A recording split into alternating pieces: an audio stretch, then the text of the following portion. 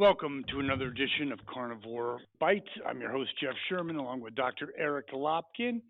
And, Eric, it's always easy to be the Monday morning quarterback. This company should have done that. And maybe, if they have done the other thing, it would have been more successful.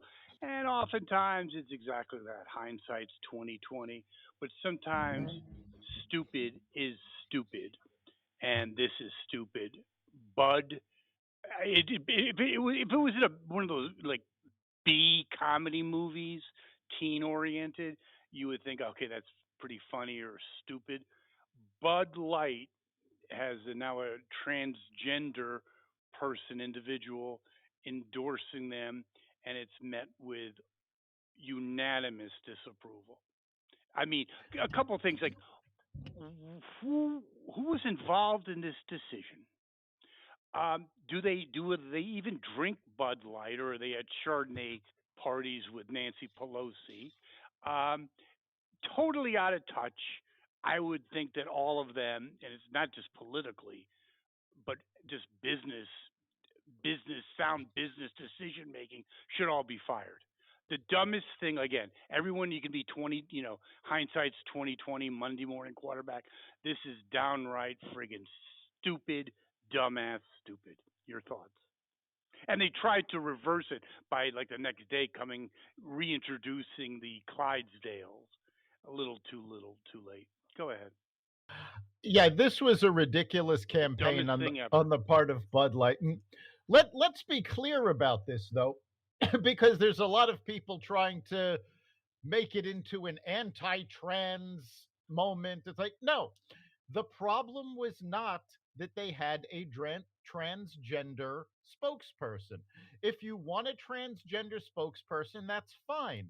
The problem was this was a transgender spokesperson that obviously never drank Bud Light. They insulted their target market with comments afterwards. Now, if you want to have a transgender individual representing Bud Light, give Caitlyn Jenner a call. Okay, you Okay? just read my mind. You just read my mind, but it's bigger than that. Yes, you really did. Caitlyn Jenner, fine, but also the spokesperson was like effeminate. It was. I'm sorry, and again, I'm not getting into the political nuances. I'm just talking from a business standpoint. Who thought that this person was the ideal spokesperson to endorse a blue collar beer? Boggles the mind. They should all be fired. Exactly. It is absolutely insulting to their target market. I mean, it's like hiring Shaquille O'Neal to be the pitchman for Lancome makeup. He obviously's never used it. He knows nothing about it.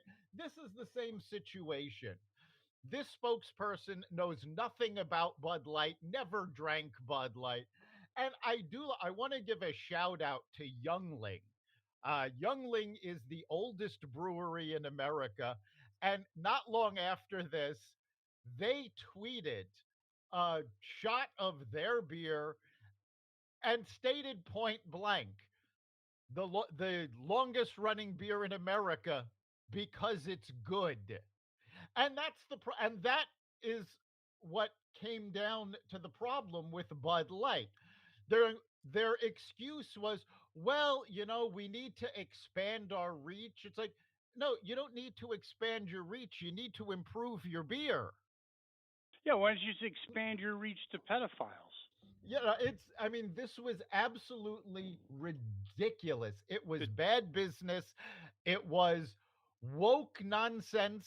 And it's caused Bud Light's sales to drop by 10%. and which is huge in business. I still think you think about the spokesperson never drinking Bud. I would suspect many people in upper management at Bud or Bud Light don't drink it either. Like I said, they're drinking Chardonnay, looking down on the fools that buy their beer in their mind. If they drank the beer, they're not in touch with their market. Let's just leave it at that. Well, they're definitely not in touch with their market. And you're seeing that by the statement that senior management put out that stated that they didn't even know this was happening. They left this to the Bud Light brand, marketing team. Well, you know what? You need to pay attention to your business. Yeah, and you let, which I was in product marketing and brand management. Yeah, little things like, you're going to work with, let's say, Ace Hardware chain on a Father's Day little promotion. Yeah, you let the underlings take care of that, but not your major brand identification initiative. No, you may kind of want to run that by the CEO. Hello? Yeah, I mean Hello, is anyone home? McFly, McFly. Yeah, and the that's no idea. excuse. It's like there's a coach of a football team, or basically, oh, I didn't know that this was happening. I was in the locker room. Huh? Okay. Yeah. Yeah, Really? the idea that they went with a social media influencer was absolutely ridiculous. The fact that they went with such a comic social media There you influencer, go. and I don't mean comic in, they're a comedian, they're funny. This is a pathetic influencer that is obviously out of touch with Bud's target market. And the target market that the influencer reaches, these folks aren't going to drink Bud Light. So this was an abject failure on every level. Yes, not to belabor the point, it's comical, funny, but also indicative of the woke mentality, excuse me, that is permeated corporate America. It's not the only company. There's companies that you wouldn't believe that you're making nuts and bolts, and they've completely lost focus due to this intoxication with wokeness. Um, Moving on, what do you think of the Fox lawsuit? 787 million, I believe. Yes, close to $1 billion. Yeah, they settled. The case is over. There was no finding of guilt in this. It was just a settlement, which, let's face it, that's all Dominion wanted anyway. They wanted the money. So I think Yeah, but honest there's also more than the suggestion, and the paper trails pretty significant. When I may say paper trails, I mean the correspondence trails that Fox lied, and they knew they were lying. right, but obviously Dominion didn't care about that because otherwise they'd have pushed it to trial. Dominion just wanted, because again, as far as I can tell in the settlement, Fox didn't admit to any wrongdoing. Yeah, I know, but you mean I wouldn't give up, almost $1 billion if I didn't think I was guilty. I believe if most people listening to or watching this story would come to the conclusion that Fox screwed up. Maybe, but honestly, this was a good decision by Fox because this was almost half of what Dominion was actually seeking. And let's face it, Fox, if this had gone to trial, Fox would have lost whether or not the case was proven. I agree with that. So they saved themselves $800 million by settling and didn't admit to any wrongdoing. And nobody can say, well, they did wrong because now Fox has a settlement that they can point to and say, no, it was a nuisance lawsuit. There was no admission of guilt.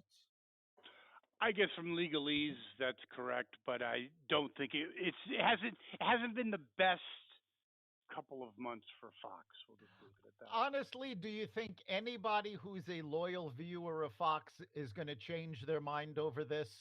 100% no. Yeah, so Fox ended up getting the best of this. And just to kind of move on, your analysis is correct. Going to trial would have been a circus horror show, and this will soon be under the rug. Yep. And believe me, if there was a lawsuit every time MSNBC bullshitted, the courts would be filled across the country. Well, So I mean, remember, Rachel Maddow's already faced two defamation lawsuits, so this happens all the time. It's not going to affect anything long term. that I do agree with. Hakeem Jeffries, the leading Democrat in the House, basically tied to some anti-Semitic endorsements, writings, going back even to his college days.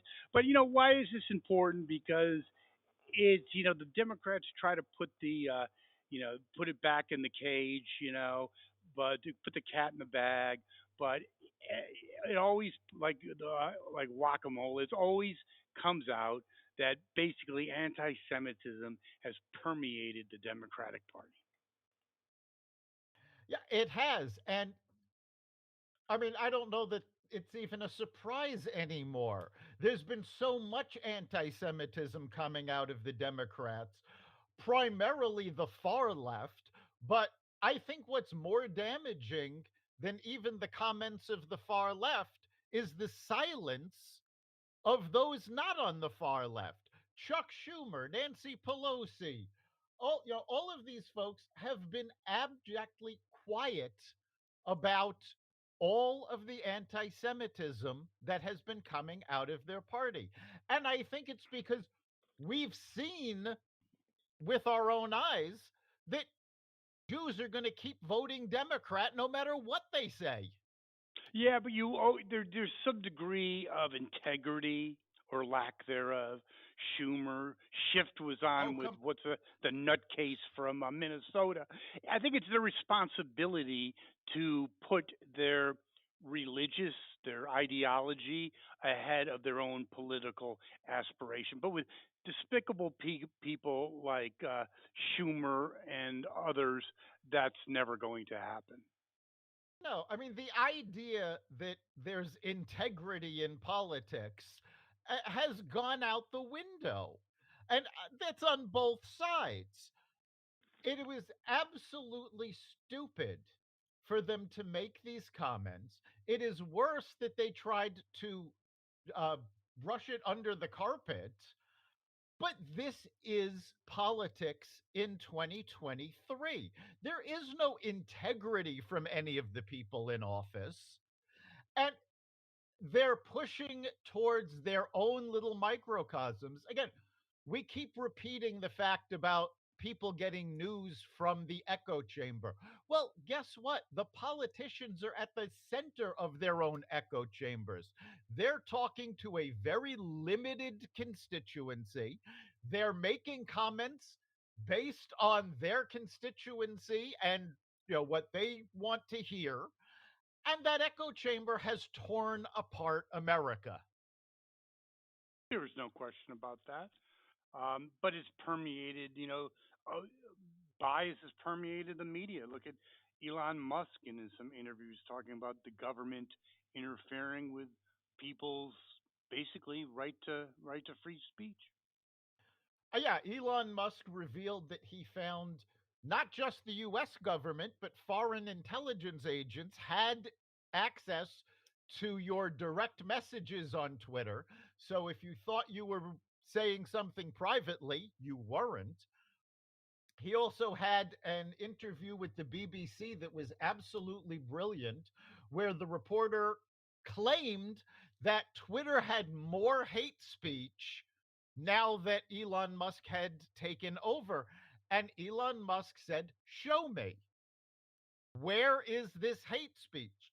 And the report was, "Well, people have said it's like, show it to me firsthand. Where is it?" And of course, the reporter could not show the hate speech because the fact of the matter is hate speech is down dramatically since Elon Musk took over.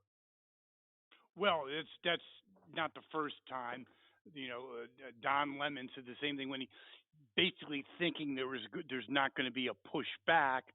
They didn't do the research, but Elon Musk is someone that you don't want to mess with in terms of having the facts.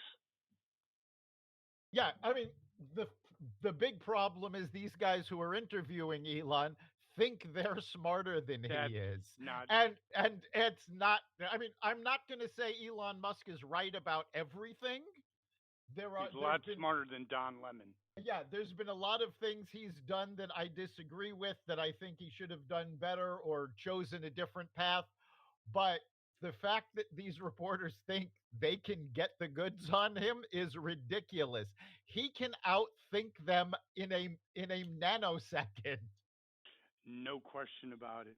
What do you think of the Bragg hearing being basically being conducted right in his backyard? Any thoughts on that? First of all, your thoughts about the hearing, any traction to it, any impact, and how about it's right in his backyard? But the fact that it was right in his backyard, I think this is a brilliant move on the part of the Republicans. Not just this one, but they've had hearings down at the southern border. They're doing this on a number of issues where they're taking the hearing and they're actually having it in the place that the problem is occurring. Now, this works well for two reasons. One, it makes it much easier for witnesses to show up because they're bringing the hearings to the witnesses rather than forcing the witnesses to travel to Washington, D.C. So you're getting people who are on the ground, who actually know what's going on, who have seen the problem firsthand. The second reason it works, and it's the reason that the Democrats are all up in arms saying, well, it's political theater. Yes, it is political theater because you are forcing the mainstream media to cover the problem. The mainstream media has downplayed the southern border, but when they had hearings there, they had to cover it. They've been downplaying the crime crisis, but when the hearing is actually in New York, they had to cover it. So I think that was brilliant. If you listened to the testimony of the witnesses, of the people who have been affected by the crime, you have to come to the conclusion that this is a major problem and it is the fault of these progressive Democratic Soros sponsored. DAs. Yeah, Soros Soros sponsored. sponsored DAs that do not want to prosecute crime. Okay, They but have, on its face, doesn't this thing become a complete bullshit? The Bragg indictments. He doesn't prosecute rapists and subway thugs, but he's going after what, a 7-year-old misdemeanor. yeah, Totally disingenuous. What a bunch of bullshit. it is, and of course, yeah, the Democrats are yelling that, oh, this is all about Trump. Well, part of it is about Trump because when you are taking violent crimes, violent attacks that should be charged as felonies, and you are converting them to misdemeanors so you don't have to prosecute them, and then you're taking a crime which is a misdemeanor that the statute of limitations has run out on, trying to tie it to a crime that you don't have the jurisdiction to prosecute. Yes, it shows that everything you're doing is about politics and you're not doing your job. Does this indictment, as what General MacArthur say, uh, swiftly or gradually go away, fade away like old soldiers? Or do you think it? I think it's going to start fading away. I just think it had its initial pop, and there's no there. Dershowitz, and other liberals have said there's just nothing here. Yeah, there's nothing there.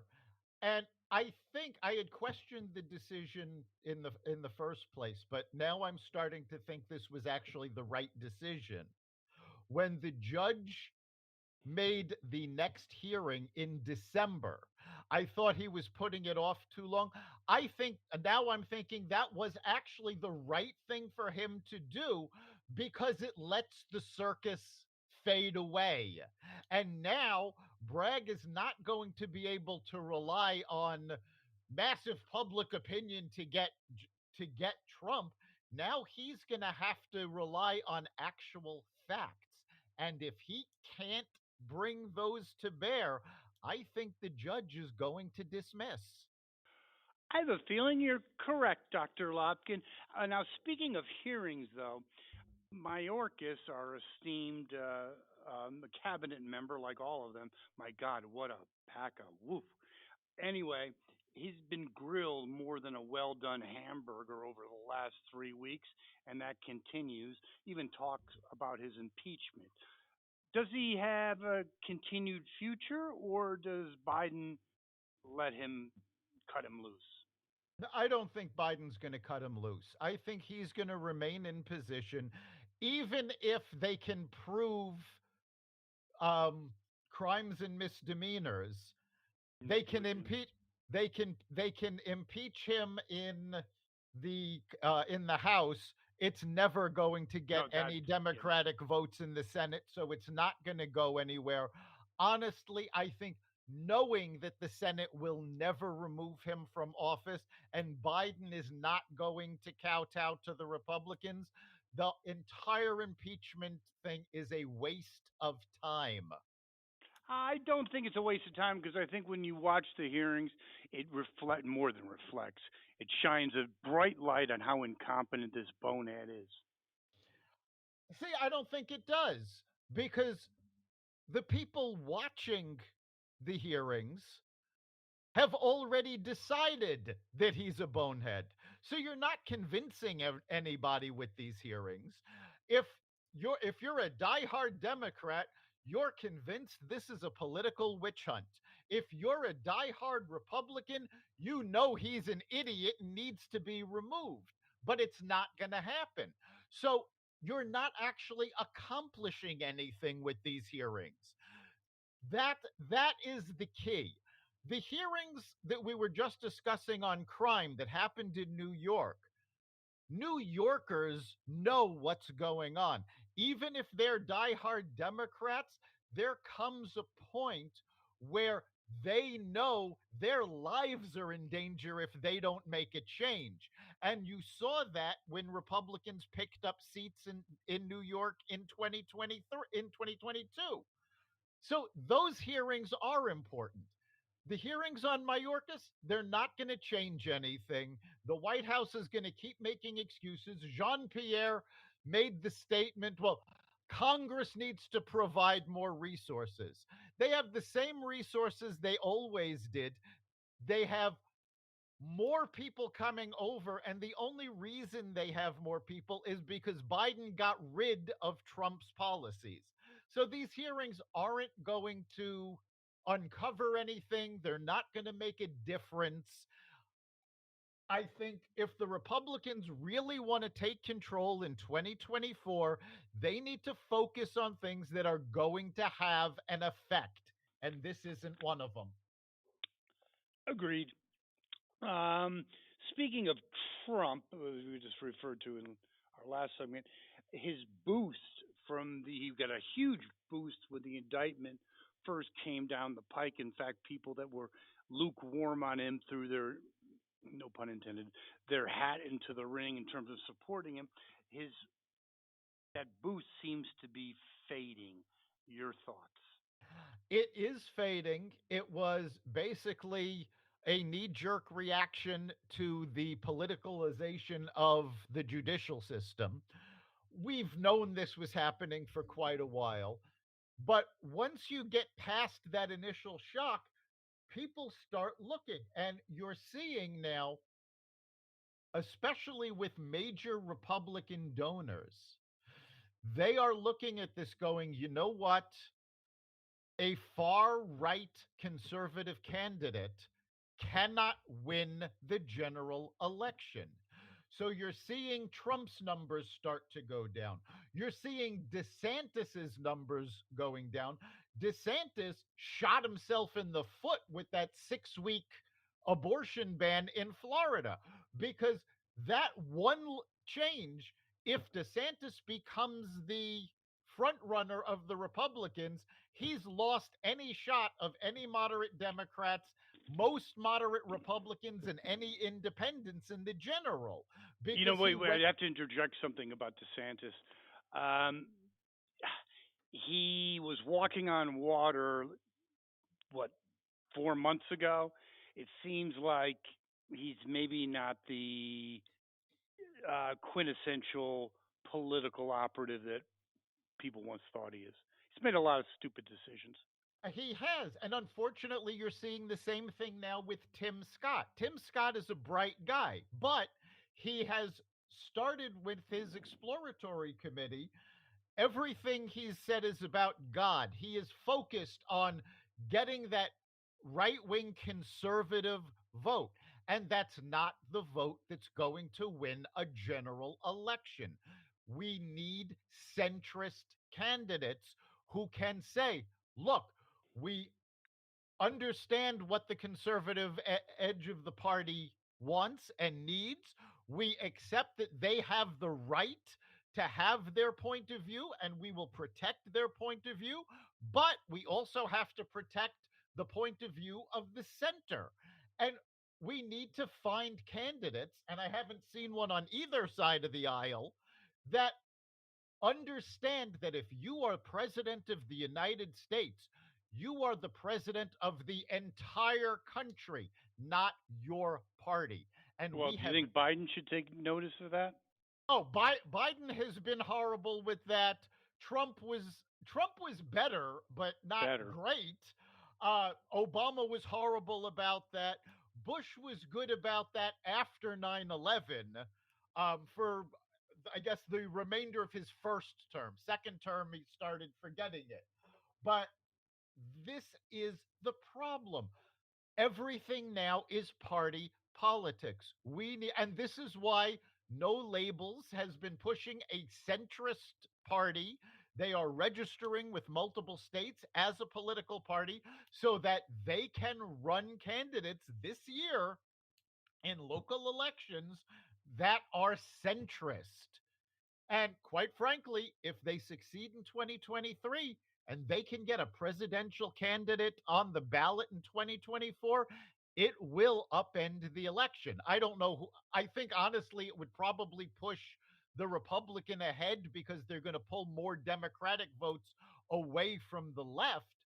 But that's going to upend everything when the parties need to remember that they are supposed to govern the country, not just their extreme constituents. What do you think of the impact, if any, of RFK Jr. I guess throwing his hat in the ring and also being endorsed by soon-to-be ex-quarterback Rodgers, who is a pretty conservative from Green Bay? Any thoughts on that? I hope that he will get enough support to make a difference. There's already been left wing outrage about him. If you look him up on Wikipedia, the Wikipedia entry calls him an anti vaxxer, and he was a proponent of the conspiracy theory about a lab leak. It's like, guess what? It's not a conspiracy theory. It's turning out to be true, but the left is already out to destroy him. I would agree. You'll never see the light of day. He's a great. I think he's got potential and what I maybe I hope America so. may need.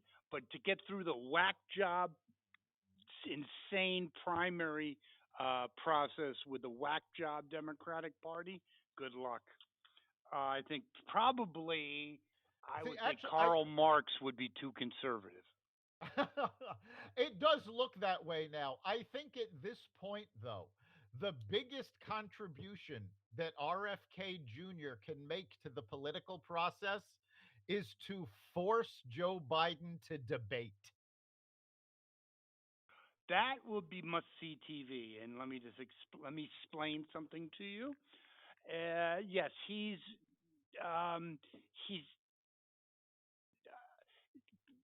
his mental ability has been so compromised over even this 2.5 year period that he would look like a superstar debater when he engaged Trump. I don't think he's even capable of that. And I'm not being facetious. I don't think he's capable of debate. I don't think he's capable of basically having a press conference. And I point to his trip to Ireland, where his gaps were monumental, confusing a certain like a soccer team with a terrorist organization, and then saying that yes, he believes that there'll soon be unification or one Ireland, and the Great Britain and England really rejoiced about that. So anywhere he goes, he could go to Disneyland, and he's incapable of being left out of on his own. It's true, and it is amazing because I heard several liberal pundits talk about the fact that look how popular Biden is in Ireland. People are coming out to see him, and they're saying everybody's been saying he's an embarrassment on the international stage. No, he's not. Look how well people are responding to him.